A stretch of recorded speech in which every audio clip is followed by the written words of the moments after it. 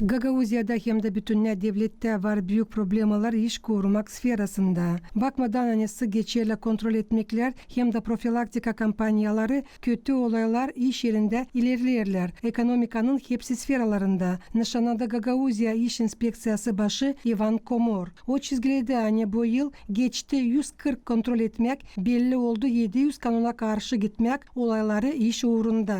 В 2025 году в Гагаузии имело 22 несчастных случая, из которых 2 со смертельным. Gagauziyada 2025 yılda oldu 22 kötü olay, hangilarından 2 olay bitti ölümle. Olayın birisi şimdiden sonra sayılı kurumla, öbürü sabulunar araştırmak stadyasında ama sanırım hani hep kurumla sayılacak. Bu 22 kötü olaylardan 6 oldular cümle sektöründe, kalanı ise özel kurumlarda. Bütünden çıktı 22 kişi. Bu statistika söyler hani lazım yapılsınlar doğru çıkışlar da hesaba alınsınlar soruşlar işin korumasında. Сделать выводы правильные и обратить внимание на охрану здоровья и безопасность труда более серьезно. Nice nişanada Gagauzya İş İnspeksiyası'nın başı Ivan Komor, kanuna karşı gitmekler sayıya koyulurla ekonomikanın hepsi sferalarında. Ama mahsus düzücülük hem de agrar sektöründe sonuçlar mayali zor. İş İnspeksiyası'nda teklif ederler işverenlerini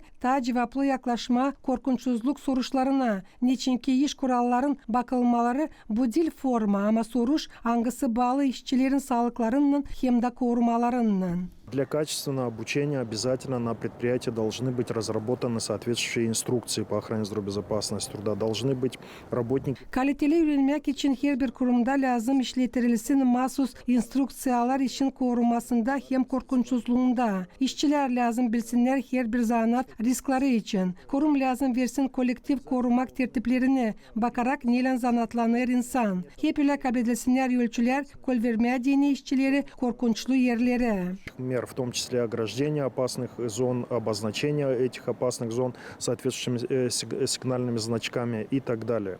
İşte korumak probleması kalır aktual değil sadece Gagauzya'da ama bütünle Moldova devletinde de. Devlet İnspeksiyası'nın haberlerine göre sadece 2025 yılın ilk 9 ayın içinde sayıya koyuldu 515 kötü olay kurumlarda. Hangilarından 56 kişi öldü. Daha sık bu belli olur düzücülük, transport, agrar sektörlerinde hem de alışveriş kurumlarında. Teo iş yerlerinde nerede ağır iş, nerede daha yüksek riskler. Полина Барбова, Екатерина Манita, Влад Табачук, Алексей Герчу, ГРТ, Haberler.